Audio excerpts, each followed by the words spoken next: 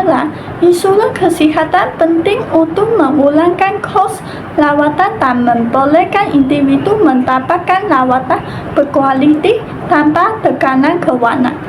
Namun, insurans kesihatan juga boleh menyebabkan berlakunya bahaya moral, iaitu keadaan apabila individu mendapatkan rawatan dengan lebih kelak kerana kos rawatan ditanggung oleh insurans. Bahaya moral berpunca daripada maklumat asimetrik antara individu dan pihak insurans, di mana individu lebih mengetahui tahap kesihatan mereka. Keadaan ini boleh menyebabkan penggunaan perkhidmatan kesihatan secara berlebihan. Seterusnya, membawa kepada ketidakcukupan sistem kesihatan dan peningkatan kos insurans secara keseluruhan.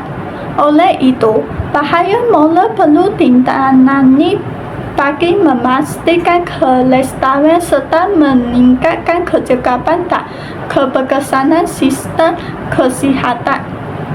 Untuk tugasan ini, kerangka teori berasaskan teori bahaya moral hazard dalam pasaran insurans kesihatan. Teori ini berlaku dalam situasi maklumat tidak simetrik, iaitu syarikat insurans tidak mengetahui tahap berisiko kesihatan sebenar individu.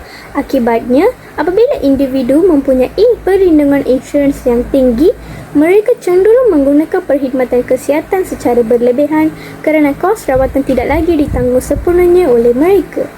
Dalam model teori ini, keputusan penggunaan rawatan kesihatan dijelaskan menggunakan konsep faedah marginal MB dan kos marginal MC tanpa insurans. Pengguna akan menggunakan rawatan pada tahap yang cekap, iaitu apabila MB sama dengan MC pada kuantiti Q0. Namun, apabila insurans wujud, harga efektif rawatan menjadi lebih rendah daripada kos sebenar, menyebabkan pengguna meningkatkan penggunaan rawatan kepada Q1, iaitu melebihi tahap cekap. Perbezaan Q0 dan Q1 menunjukkan penggunaan berlebihan akibat moral hazard. Walaupun insurans membantu mengurangkan risiko kewangan isi rumah, perlindungan yang terlalu menyeluruh melemahkan mekanisme perkongsian kos, seterusnya meningkatkan perbelanjaan kesihatan negara. Hal ini selari dengan dapatan trend di Malaysia di mana perbelanjaan perubatan meningkat dari tahun 2013 hingga 2022. Secara keseluruhannya, kerangka teori ini menjelaskan bahawa insurans yang tidak disertai deductible atau co-payment boleh membawa kepada ketidakefisienan ekonomi dan kerugian kebajikan. Oleh itu, kajian ini memberi asas kepada kepentingan mekanisme perkongsian kos dalam sistem insurans kesihatan bagi memastikan penggunaan rawatan berlaku pada tahap yang optimum.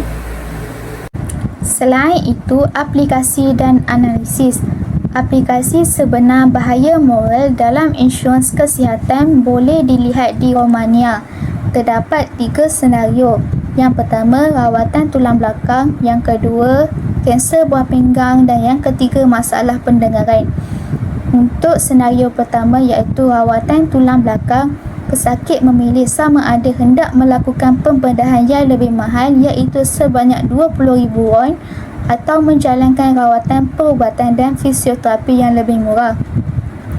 Pesakit yang mempunyai insurans akan membuat pembedahan kerana ia lebih cepat dan kosnya ditanggung oleh insurans. Manakala pesakit yang tidak mempunyai insurans akan membuat fisioterapi kerana mereka menghadapi masalah kekangan kewangan. Untuk senario yang kedua pula iaitu kanser buah pinggang, pesakit memilih sama ada hendak melakukan kombinasi kemoterapi dengan ubat baharu yang lebih mahal iaitu sebanyak RM15,000 per bulan atau menjalankan kemoterapi standard yang kurang mahal. Untuk pesakit yang mempunyai insurans, mereka akan menggunakan kemoterapi dengan ubat yang mahal. Manakala pesakit yang tidak mempunyai insurans akan menggunakan kemoterapi standard yang kurang mahal. Untuk senario yang ketiga pula iaitu masalah pendengaran, pesakit yang mempunyai insurans akan menggunakan perubatan protesis baru yang mahal iaitu sebanyak 25,000 sehingga 40,000 won kerana kosnya ditanggung oleh insurans, manakala pesakit yang tidak mempunyai insurans akan menggunakan alat bantuan pendengaran konvensional yang lebih murah kerana masalah kekangan kewangan. Seterusnya ialah dari segi hasil kuantitatif, di mana kajian ini menggunakan pendekatan penyelidikan kuantitatif berdasarkan WIGNET, iaitu cerita-cerita pendek. Dalam kajian ini, seramai 303 orang responden telah dikumpulkan dan dianalisis secara statistik. Borang soal selidik telah digunakan yang mengandungi 3 cerita pendek yang berbeza serta diedarkan secara media digital Google Form. Terdapat 3 pemboleh ubah utama iaitu insurans awam, insurans swasta dan tiada insurans. Hasil kuantitatif menunjukkan pesakit yang mempunyai insurans cenderung untuk memilih rawatan yang lebih mahal, manakala pesakit yang tidak mempunyai insurans memilih pilihan yang berpatutan serta cenderung menangguhkan rawatan. Seterusnya dari segi implikasi dasar, di mana untuk mengawal penggunaan kesihatan berlebihan, pesakit perlu berkongsi kos rawatan, iaitu pesakit yang mempunyai insurans perlu membayar sedikit wang sendiri untuk rawatan pilihan atau bukan kecemasan. Kerajaan atau syarikat insurans boleh memberikan ganjaran kepada individu yang menjaga kesihatan seperti diskaun premium. Manakala peraturan yang ketat dan pemeriksaan rawat perlu dilakukan ke atas doktor dan hospital. Seterusnya, penyelesaian dan cadangan. Yang pertama sekali, pengukuhan mekanisme perkongsian kos seperti deductible dan bayaran bersama co-payment. Pengguna perlu membayar sebahagian kecil daripada kos rawatan mereka yang ini akan menyebabkan mereka lebih berhati-hati sebelum mendapatkan rawatan yang tidak begitu perlu. Langkah ini selaras dengan pandangan Pauli 1968 yang menyatakan bahawa perlindungan insurans yang terlalu menyeluruh boleh menggalakkan penggunaan perkhidmatan secara berlebihan. Seterusnya, struktur pembayaran kepada penyelia perkhidmatan kesihatan. Sistem pembayaran berasaskan kuantiti seperti fee for service yang boleh mendorong hospital dan doktor mencadangkan rawatan yang lebih banyak daripada keperluan sebenar. Oleh itu, model pembayaran berasaskan nilai seperti pembayaran berkelompok atau berdasarkan hasil rawatan boleh membantu mengurangkan masalah ini dengan memberi tumpuan kepada kualiti dan keberkesanan rawatan.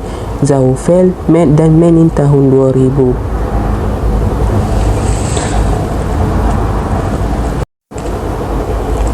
Selain itu, pelaksanaan kawalan seperti pra-kebenaran.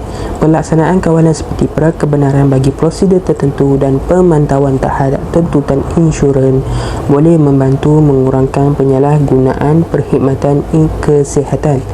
Langkah ini penting kerana wujud masalah maklumat asimetri antara pesakit dan pihak insurans, di mana syarikat insurans tidak dapat memantau sepenuhnya tingkah laku pengguna.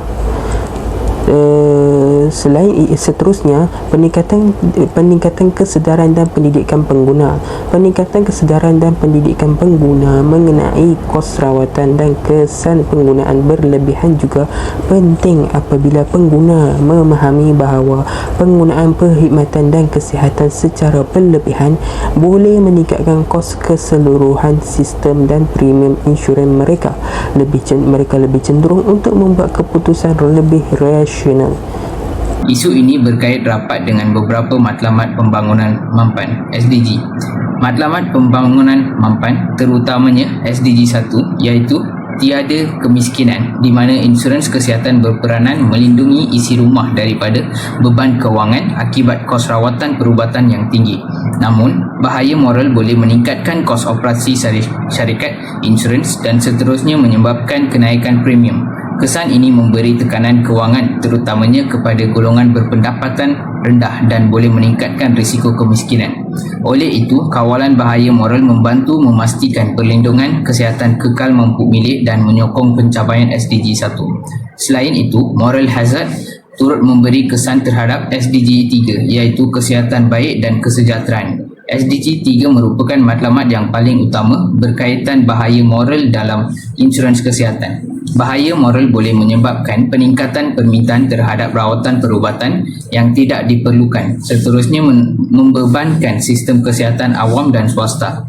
Jika tidak dikawal, ia boleh menjejaskan kelestarian kewangan sistem kesihatan dan mengurangkan kualiti perkhidmatan. Oleh itu, pengurusan bahaya moral adalah penting bagi memastikan akses kepada perkhidmatan kesihatan yang berkualiti, cekap dan mampan untuk semua lapisan masyarakat. Di samping itu, bahaya moral juga boleh mewujudkan ketidaksamaan dalam akses kepada perkhidmatan kesihatan sejajar dengan isu yang ditangani oleh SDG 10 iaitu mengurangkan ketidaksamaan. Bahaya moral juga boleh mewujudkan ketidaksamaan dalam akses kepada perkhidmatan kesihatan.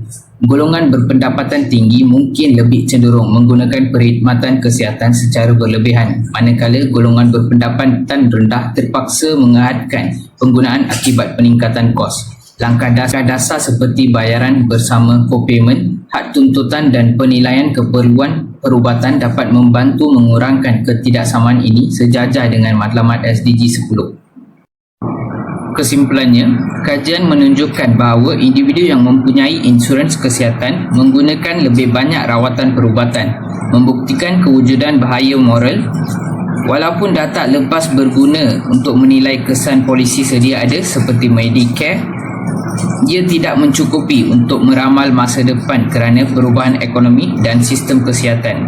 Oleh itu, pakar menggunakan model ekonomi untuk meramal kesan polisi baharu, namun ketepatan ramalan bergantung pada andaian tentang tingkah laku manusia.